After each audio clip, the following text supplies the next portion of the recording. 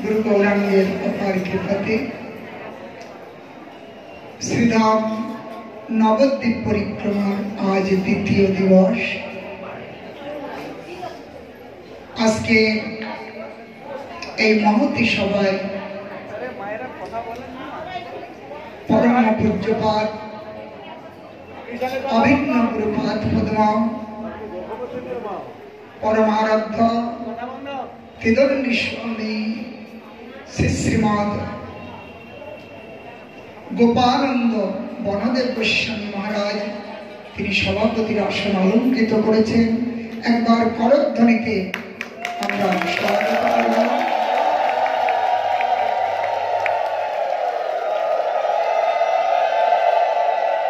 আজ শিলং মহারাজের সভাপতিত্বে আমাদের এই সভা পরিচালিত হবে। ওনার চরণে প্রণত হয়ে আমরা সবার কার্য শুরু করছি। আজকে গৌরধাম পরিক্রমার দ্বিতীয় দিবস। ধাম, নাম, স্বরূপ, রূপ এই গুণতে ভেদ নাই, অভিন্ন সব। একটা তো মুখে বলা আর একটা অনুভব, দুটো আলাদা। রসগোল্লার চোখে দেখা আর খাওয়া, স্বাদ বোঝা, দুটো তফাৎ আছে। সেই অনুভূতি আমাদের হৃদয়ে জাগানোর জন্য এই সব ব্যবস্থা, পরিক্রমা, সাধু সঙ্গ, হরিকথা, এ সমস্ত বারবার করতে হবে, বারবার ঘষতে ঘষতে। গুরু মহারাজ বলতেন, ধুলো লাগলে ঝাড়লে চলে যায়, সব হয়ে যায়, কিন্তু আলকাতরা লাগলে কি আর ঝাড়লে যাবে বাবা? হ্যাঁ, কতদিন ধরে ঘষতে হবে, তারপরে যাবে। সেই রকম আমাদেরকে প্রত্যেক দিন, প্রতিনিয়ত, প্রতিদিন যদি আদর করিয়া সে নাম কীর্তন করি, শীত ফল যেন নাসি রোগ ক্রমে সাধু হয়। আমরা প্রত্যেক দিন আদরের সঙ্গে, বিশেষ করে আজ হরিবাসর তিথি, হরিবাসর তিথির বিধানিত নাম সংকীর্তন, আপনারা এগিয়ে আসুন। অতএব এমন গৌরাঙ্গের গুণে না কাঁদিল মন, এমন গৌরাঙ্গের গুণে না কাঁদিল মন, দুর্লভ মনুষ্য জন্ম গেল পাকার। দুর্লভ মনুষ্য জন্ম গেল পাকার। অতএব আমাদের মনটাকে গৌর কথার মধ্যে ঢুকাতে হবে। সেই জন্য কবিরাজ গোস্বামী বড় একটা সুন্দর পদ কবিরাজ গোস্বামী বলেছেন, কৃষ্ণ লীলা। কথা বলবেন না, শুনতে হবে। মায়েরা একটু কথা কম বলেন, বৈষ্ণবদের কথা আগে শুনবেন, আপনাদের কথা শুনবো।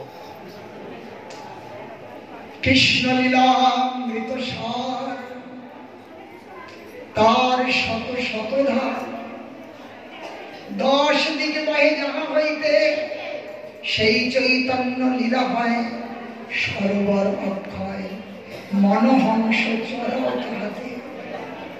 সেই চৈতন্য লীলারূপী সরোবরের মধ্যে এই মন রূপী হংসটাকে চড়াও, বিচরণ করা।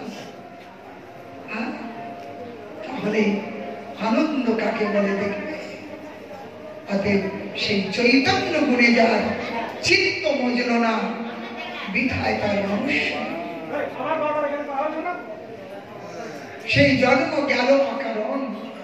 আমরা সেই অকারণ জন্মকে সকারণ করবার জন্য এখানে এসেছি। আমরা হরি কীর্তন করব। আসুন, আমাদের মধ্যে বিভিন্ন ধাম ভূষণ, জগৎ ভূষণ বৈষ্ণব বৃন্দ উপস্থিত আছেন। এখন আমাদের কাছে আজ মহাপ্রভুর উপরে চর্চা করবেন শ্রীপাদ নয়নানন্দ দাস বাবাজি মহারাজ। তিনি সময়ের উপরে ধ্যান রাখবেন 10 মিনিট। শ্রীপাদ নয়নানন্দ দাড়ি বাবাজি মহারাজ।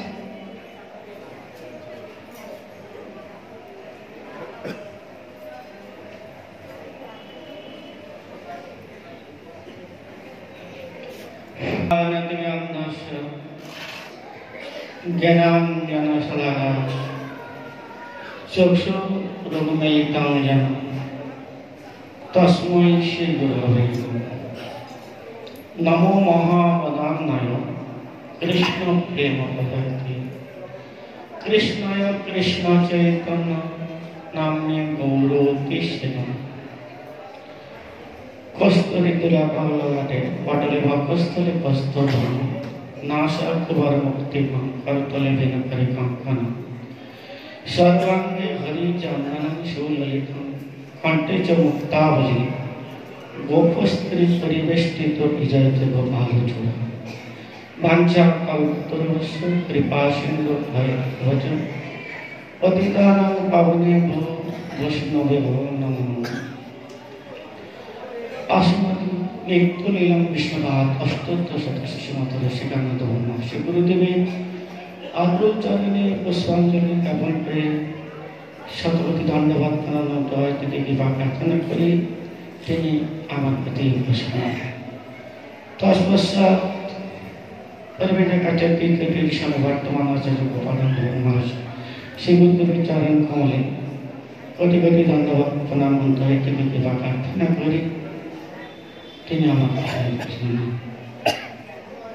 পরিবেশে কাছে তৃতীয় সালে ভক্তিবাস সাধু মহারাজ চরণ কমলের সাথে কোটি দণ্ডবত প্রণাম দয়াতে কৃপা প্রার্থনা করি তিনি আমার প্রতি উপস্থিতি সমস্ত তীর্থদীপাদ এবং ভগবান বাবাজি মহারাজের চরণে দণ্ডবত প্রণতি সময় আমার প্রতি ঘোষণা এবং সকল ভক্তবৃন্দ মাতৃবৃন্দের চরণে দণ্ডবত যথাযথ দণ্ডবত প্রণতি সবাই আমার প্রতি ঘোষণা বলুন হরে কৃষ্ণ হরে কৃষ্ণ কৃষ্ণ কৃষ্ণ হরে হরে हरे राम राम राम हरे हरे।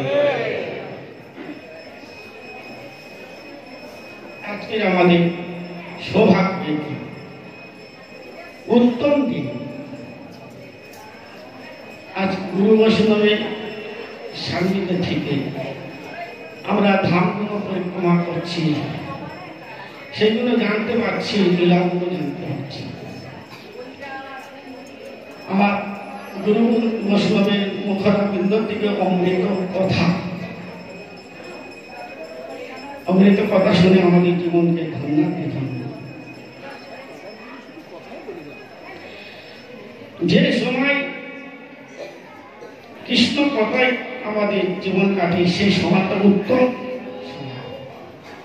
সেই সময়টা আমাদের শুভ দিন বলে মনে করি।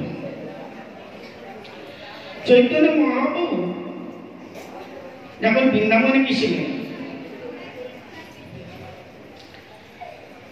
দ্বাদশ বন ঘুরে বৃন্দাবনে কেশিঘাট বংশীঘাট দিয়ে শুনি বৃন্দাবন পরিক্রমা করে অঙ্কুর ঘাটে বিশ্রাম করতেন।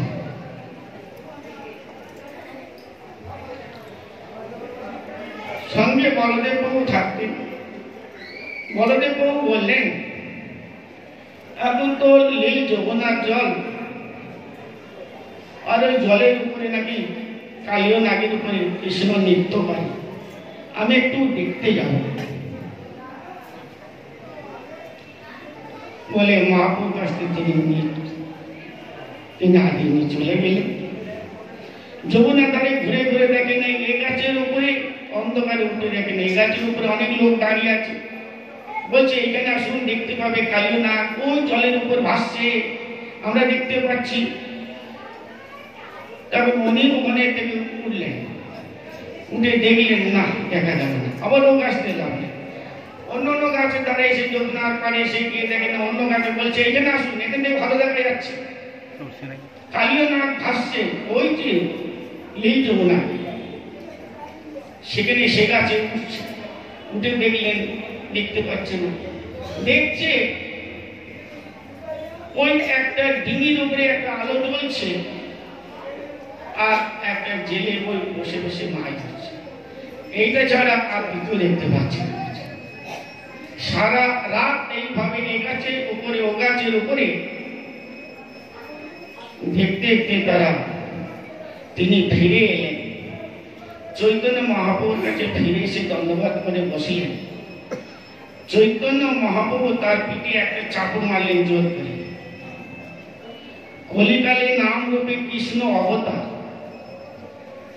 চৈতন্য মহাপ্রভু ভগবান নিজেই কলিকালে নাম রূপে কৃষ্ণ অবতার, নাম হইতে জগত নিস্তার, নাম বিনা কলিকালে নাই আর ধর্ম, সর্বমত সার এই শাস্ত্র।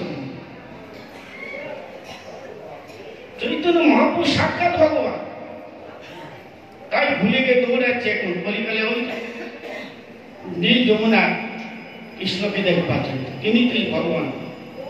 মহাপ্রভু পেয়ে এলেন।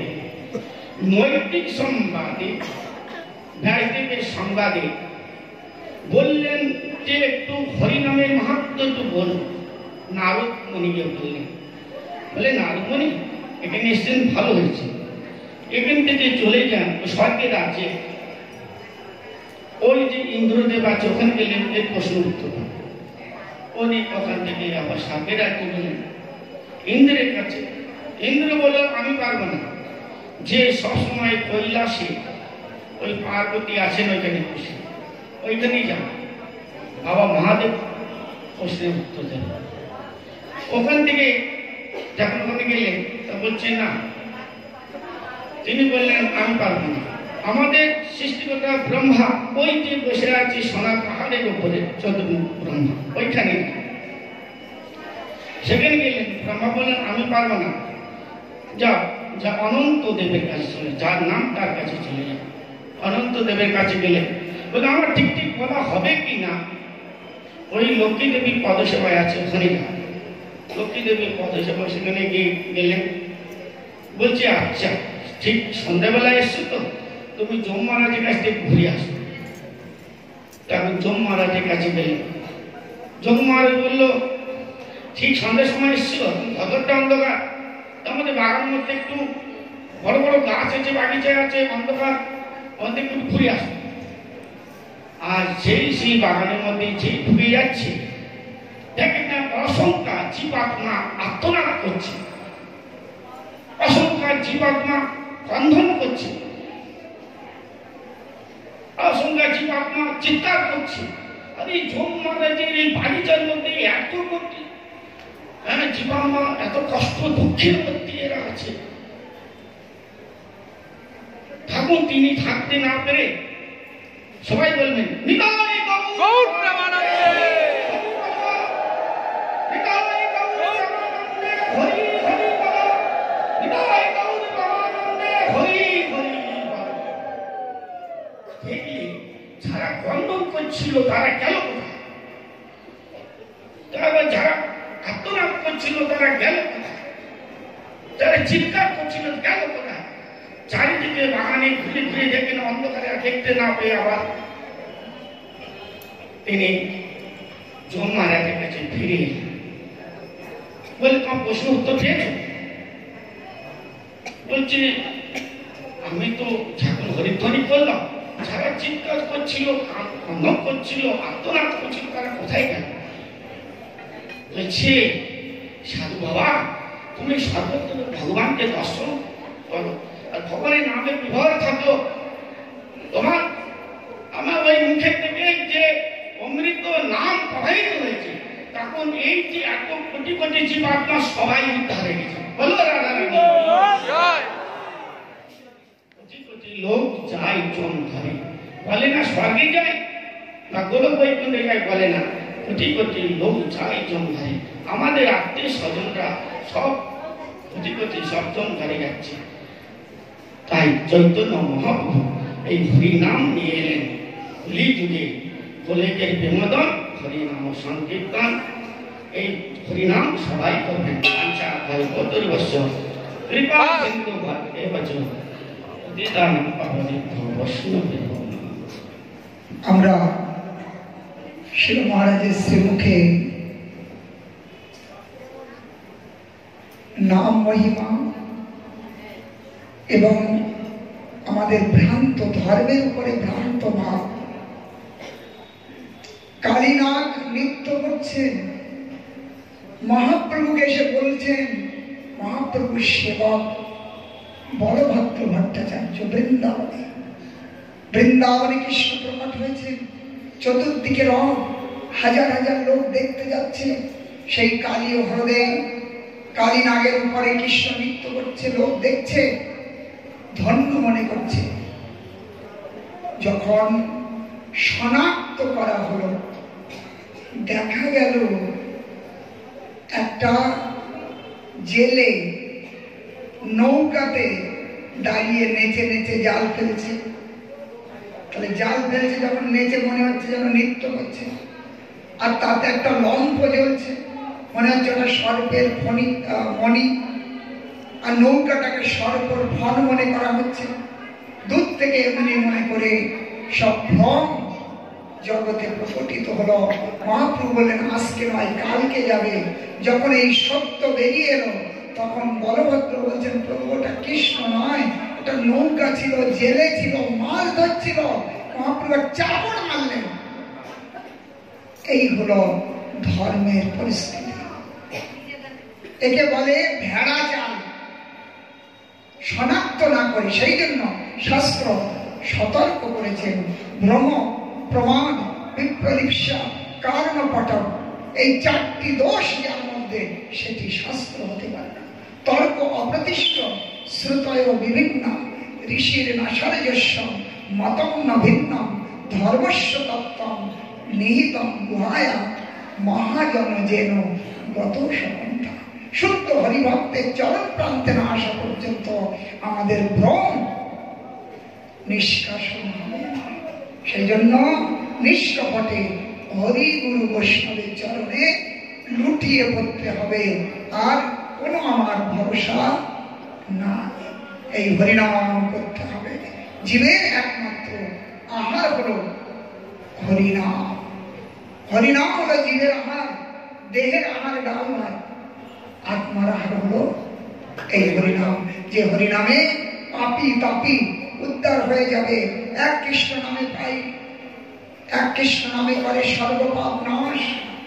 প্রেমের কারণ ভক্তি কলয়ে প্রকাশ, প্রেমের উদয়ে হয় প্রেমের বিকার।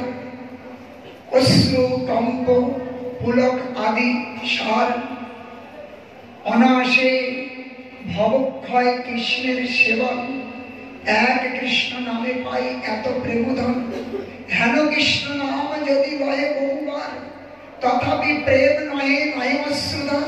তাহাতে অপরাধ যেন আচয়ে প্রচুর, কৃষ্ণ নামের বীজ তাহে না করে অঙ্কুর। এক কৃষ্ণ নামেতে একবার হরি বলতে তাতেই পর্যাপ্ত। কিন্তু শত শতবার, শত শত জন্ম যদি ওই অপরাধযুক্ত হয়ে নাম হয়ে যায়, তাহলে ওই ছিদ্র কলসিতে জল ভরার মতো পরিশ্রম হাতে পাওয়া যাবে, ফল কিছু পাওয়া যাবে না। সেই জন্য সাধু শাস্ত্র গুরুবাক্য চিত্তেতে করিয়া ঐক্য, আর না পরিভ্রমণে আসা। আসুন, এখন আমাদের কাছে শ্রীমৎ ক্ষীরোদসায়ী বাবাজি মহারাজ 10 মিনিট মহাপ্রভুর চরণে পুষ্পাঞ্জলি দেবেন। ক্ষীরোদসায়ী বাবাজি মহারাজ।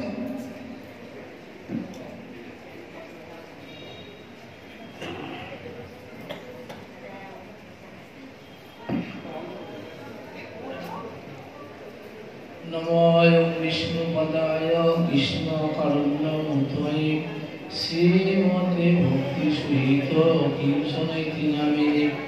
নমস্তে গুরুদেবায় সর্বসিদ্ধি প্রদায়িনে, সর্বমঙ্গলায় সর্বার্থায় সর্বানন্দ বিধায়িনে।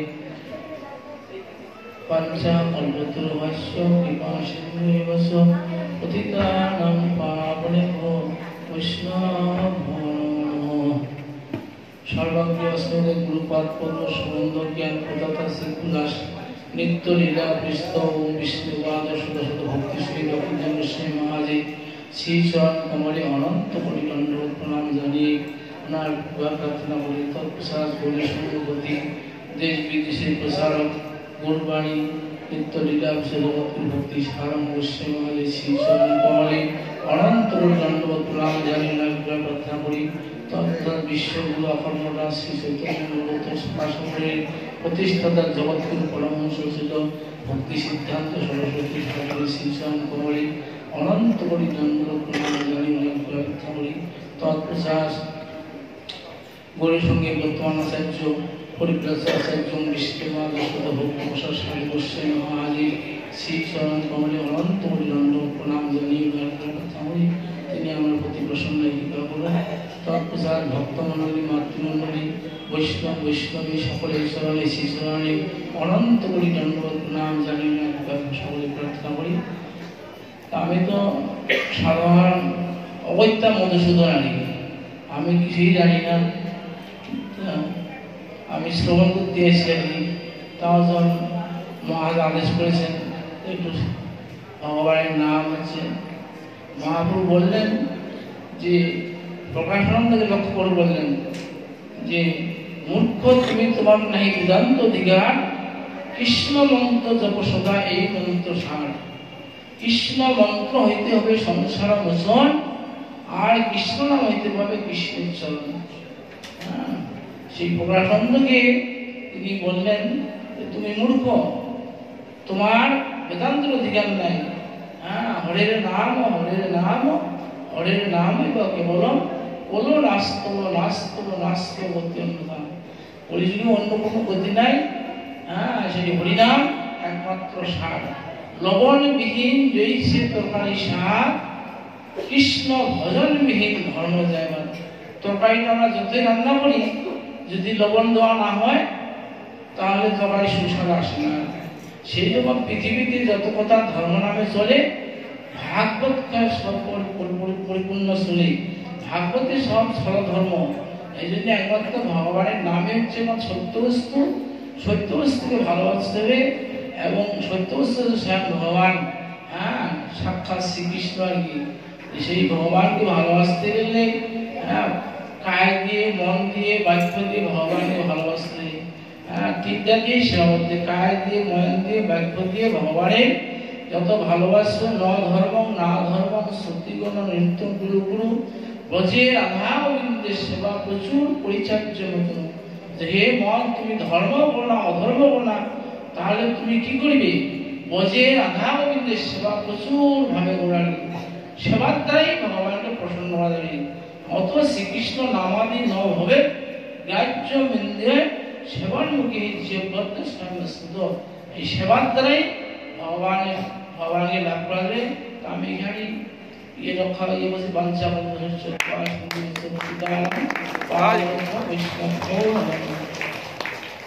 महाराज महाप्रभुर कयेकटी लीला स्पष्ट करे गेलेन। महाप्रभु प्रकाशानंदेर काछे गेছেন। प्रकाशानंद बोललेन তুমি তো সন্ন্যাসী, সন্ন্যাসীর কাজ হলো বেদান্ত শ্রবণ করা, তো তুমি এই ভক্তদের সঙ্গে হরিনাম করছো, নাচছো, গাইছো, কাঁদছো, এটা তো সন্ন্যাসীর কাজ না। তখন মহাপ্রভু বললেন শুনুন,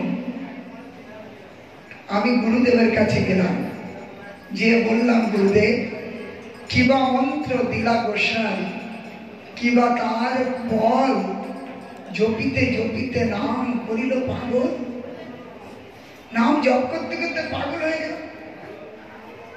গুরুদেবের কাছে বললাম, গুরুদেব বললেন দেখো মূর্খ তুমি, তোমার নাহি বেদান্তের অধিকার, কৃষ্ণ মন্ত্র জপ, এই মন্ত্র সব। তাহলে মহাপ্রভু মূর্খ ছিলেন? মহাপ্রভু জগৎকে শিক্ষা দিচ্ছেন, যত করেই হোক না কেন, যদি কৃষ্ণ ভজন না করেন, যদি কীর্তনম যদ স্মরণম যদীক্ষণম যদ শ্রবণম যদক্ষণম, যা কিছু কৃষ্ণে সমর্পিত না হলে এগুলো সব ব্যর্থ হয়ে যাবে। আমাদের দর্শন, ভজন, পূজন, যা কিছু কৃষ্ণ যদি সম্বন্ধ না হয়, তাহলে সব তপস্বিন দান করা যশস্বিন মন্ত্রস্বিন মন্ত্রবিদ সুমঙ্গলা সেবন না বিন্দন্তি বিনা যদর্পণম তস্মৈ সুভদ্রা সুবর্ষণ। বড় জ্ঞানী দানী সাধক যা কিছু হোক না কেন, যদি ভগবানের অর্পণ না, অতএব মূর্খ তুমি, তোমার নেই বেদান্তি অধিকার। কৃষ্ণ মন্ত্র জপ, এই মন্ত্র, সেই মন্ত্র মহাপ্রভু জপ করতে করতে পাগল হয়েছে। এই মন্ত্র জপ করতে গিয়ে কখনো নাচছেন হাসছেন, আমি নাচছি না, নাচাচ্ছি। এবং ব্রতস্য প্রিয় নাম কীর্তন জাতানুরূপ দ্রুত চিত্ত উচ্চৈ হসত্তত রৌদিতি রৌতি গায়তি উন্মাদবৎ নেত্রতি লোকবাচ্য। নামের প্রভাব, নামের পথ। সেই জন্য আমি সেই নাম করতে করতে কাঁদি হাসি। অতএব গুরুর কাছে যে বললাম যে প্রভু কি হবে, বললেন ধন্য তুমি, কৃষ্ণ নাম মহামন্ত্রের এই তো স্বভাব, যেই জপে তারে কৃষ্ণের উপজয়ে ভাব। যেই জপবে, আরে বাবা যে ভজন করবে তারই তো পেট ভরবে, যে দেখবে তার ভরবে।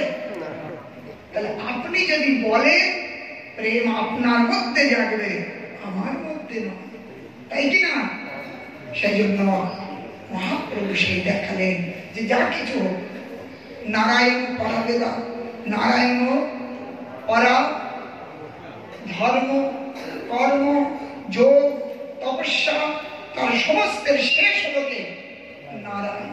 সেই জন্য বিদ্যা ভাগবতা বোধি, বিদ্যার শেষ কোথায়? যতক্ষণ ভাগবত পর্যন্ত না পৌঁছাবে, ভক্তি ধর্মে না পৌঁছাবে, ততক্ষণ পর্যন্ত প্রেম ধর্মে স্পর্শ না করলে বিদ্যা অবিদ্যা, সে বিদ্যা পরাবিদ্যা বলে পরিগণিত হবে। আসুন একটি নিবেদন করবো আপনাদের কাছে, যদি আপনাদের যাওয়ার আছে তাহলে আপনারা এখনই চলে যান। এই মাঝে মাঝে উঠে যাবেন, বলবার দৃষ্টিগোচর সবার শোভাবর্ধন নষ্ট হবে। সেই জন্য যদি কেউ যাবেন কোনো আপত্তি নাই, চলে যান, সব জায়গায় পাবেন। আসুন এখন আমাদের কাছে শ্রীপাদ